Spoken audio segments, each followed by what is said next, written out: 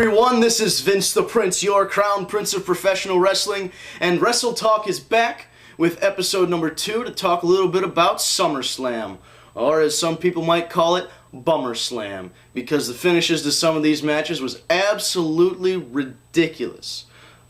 No, I did not pay $40 to see this pay-per-view. I will never pay $40 to see a pay-per-view unless it is the absolute best card ever, which means that John Cena will not be on it. I didn't even bother wasting the gas to drive down the street to Hooters to watch it for free while eating wings around hot girls. That's how bad I thought this pay-per-view was going to be, that I didn't even want to go to Hooters and watch it for free and eat wings with hot girls. I managed to find a website that was streaming it. Oh, naughty, naughty. Like I said, I didn't watch the whole thing. I only managed to catch like the last half of it. But I'll talk a little bit about everything on it, and because I read a lot of the descriptions of the matches, how I thought it went. Kane and Finlay, 8-minute match, who cares? It didn't really serve any purpose. It wasn't really a big feud.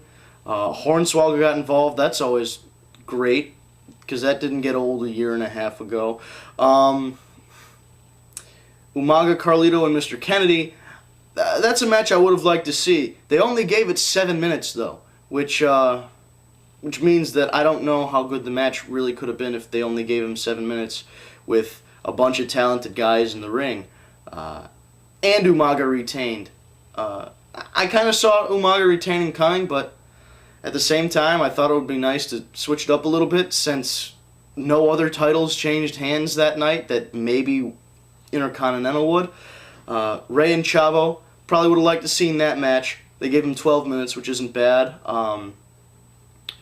Seeing Rey come back would be great. Rey and Chavo never really disappoint, both solid wrestlers. Probably was a good match. I'll try and catch a replay somewhere and see how it went, but that's a match that I would like to see.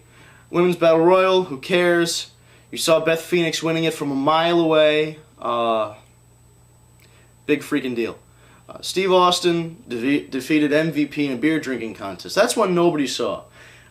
Because somehow they decided that they were going to involve Steve Austin in this pay-per-view and then not tell anybody.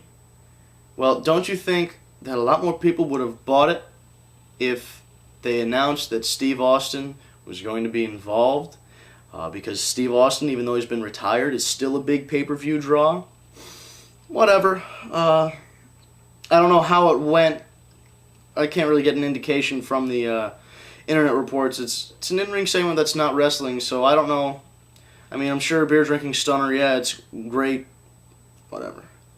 John Morrison defeated CM Punk. I've already discussed my displeasure with John Morrison thoroughly before, but in case you missed it, I'll touch on it again. Good wrestler. Personality of a brick. Can't cut a promo to save his life. Probably one of the most boring guys I've ever seen on television in wrestling in my life.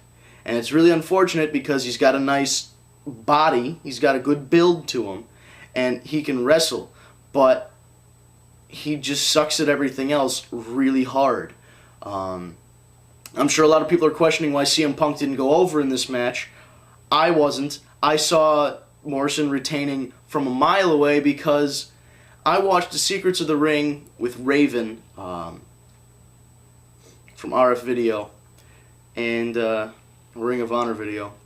It was really insightful, and he said something about, because this was right around the time that CM Punk got signed to WWE. He said, CM Punk will never get over in WWE, not because of the fans or because of the way he wrestles, but because he's not a homegrown WWE product. I believe that 100%. He's never going to get over because he was popular in Ring of Honor first, so Vince is going to try and keep him down, and they're going to say, see, this is your big independent wrestling hero. He's supposed to be the big star, but yet he can't get over in WWE, even on ECW, the C show. So what's, I just saw it coming. He might get the title one of the times, but it's very doubtful he'll get past that because, look, John Morrison, tough enough winner, brought up through the system in WWE. they're not going to put Punk over Morrison just because of Morrison's loyalty to the company. And that's going to be true of anybody. You can look at Monty Brown. If Samoa Joe came here, Samoa Joe. Sonny Siaki signed from TNA to WWE. Where is he? OVW. The little guy that used to follow Raven around, Riley, signed from TNA to WWE. Where is he? He jobbed out the first time on ECW to Monty Brown, and then he's been in OVW. They're doing a lot with independent wrestling or TNA stars. They're not. They're never going to. That's the bottom line. Which is why CM Punk is not going to win the ECW title, or if he does, obviously it wasn't the other night. Triple H defeating King Booker, big surprise. This is when I actually tuned into the pay-per-view. I managed to find the stream for it. But pretty good match. It was good to see Triple H come back. Everybody was pretty happy. I'm pretty happy because that means that maybe we'll spend less time on John Cena on Raw and focus a little bit more on Triple H. Everybody saw it coming. Triple H was going to beat King Booker, yada yada. Triple H looked genuinely happy to be back and genuinely thankful for the fans. As much as people crap on Triple H is a good wrestler, and Triple H right now, I think, deserves to have the title just because I don't want to see John Cena holding the title anymore. But I really think Triple H should have another title run coming up very soon. Batista defeated Khali by DQ.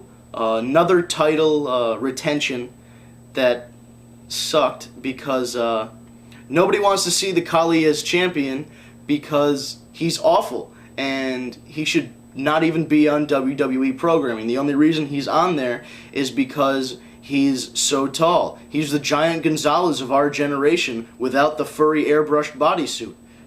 It's really sad that a guy like that is carrying one of the brands as the champion.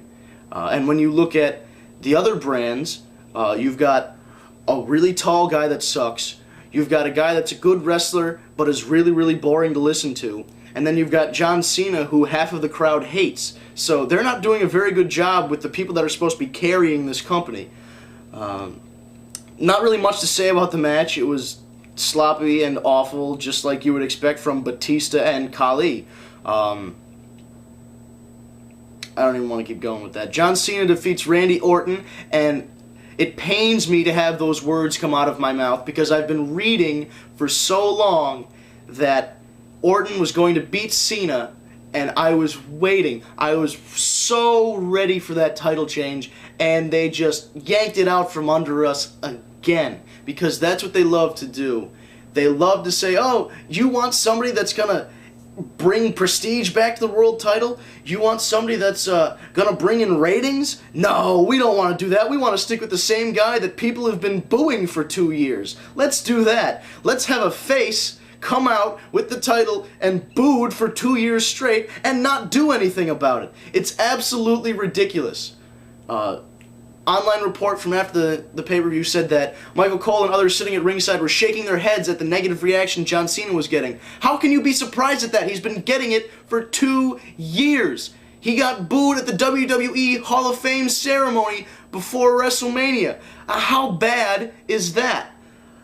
And then after the pay-per-view, he holds up a sign that he took from somebody in the crowd that said, if Cena wins, we riot, challenging people to come into the ring. I'm waiting for somebody to do that one day. I really am, because everybody's starting to get sick of John Cena. They're sick of the way he wrestles, the way he dresses, the way he talks, the way he looks, sick of everything about him. It is time to get the title off of John Cena and put it on somebody, anybody else. Anybody else.